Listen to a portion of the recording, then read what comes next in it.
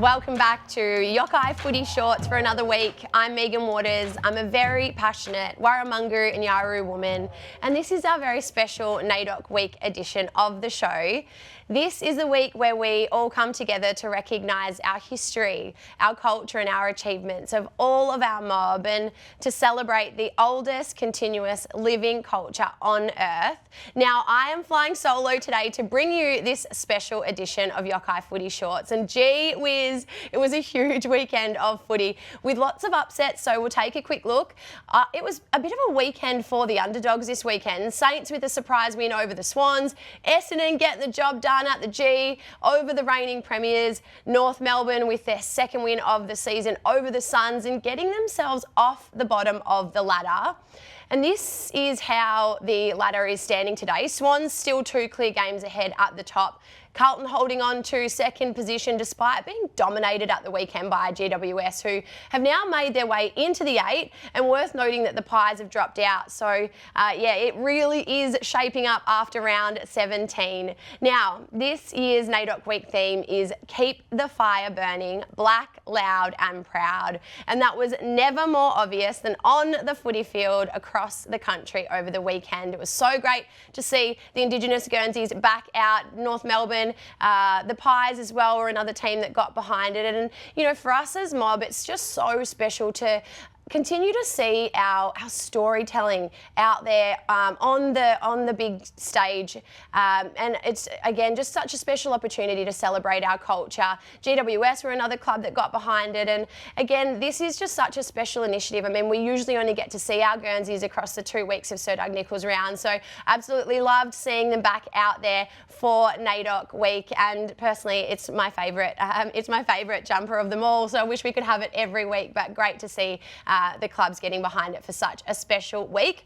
Speaking of special jumpers, one of the local teams from Tassie were out in force for NAIDOC week. The Circular Head Saints from Tasmania's northwest ran out for the 3rd consecutive year wearing their NAIDOC week Guernseys, and again, just so great to see. Love the girls that are getting behind it. And again, great opportunity for storytelling and to highlight our culture. Now, so many of our mob dominated across the weekend. It's hard to just pick one Yokayi moment at the moment. So this week I've got a small handful for you.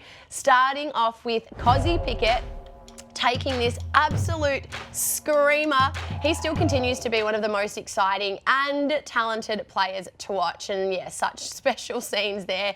Over at the Gabba, brother boy Isaac Rankin doing what he does best, slotting goals for the Crows. And on the other side of the field, Brisbane notched up their 5th consecutive win on the trot, helped in no small part by the talents of Charlie Cameron kicking the sealer.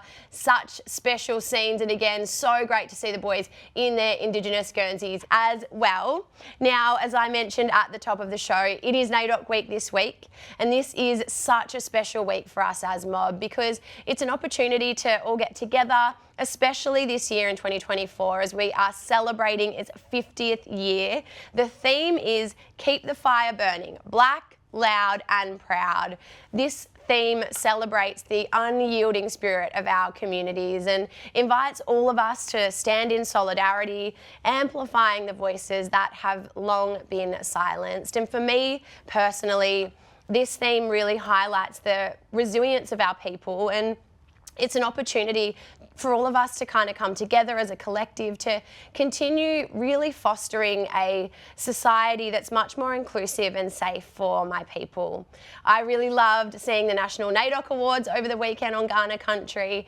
It's always such a special celebration, and I had so much FOMO not being able to get there over the weekend, but I was tuned into all of the action online. And I do just want to give a quick special mention to some of the award winners. Annie Millie Ingram won the Female Elder of the Year Award. Annie Dulcie Flower was awarded the Lifetime Achievement Award. And Alex Winwood, a proud Noongar man who's a world-class boxer, having ranked highly in several international boxing championships throughout his career, took out the Sportsperson of the Year Award. There were plenty more awards given out on the night and so much to celebrate.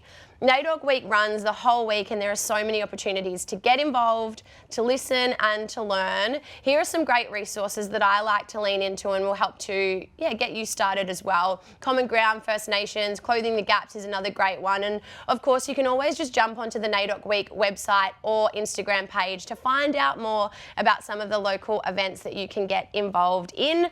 I'm heading to the NAIDOC Week March here in Naarm on Friday, so hope to see some of you there and get involved. It's really an important initiative, so keep the fire burning, black, loud and proud. See you next week for another edition of Yokayi Footy Shorts.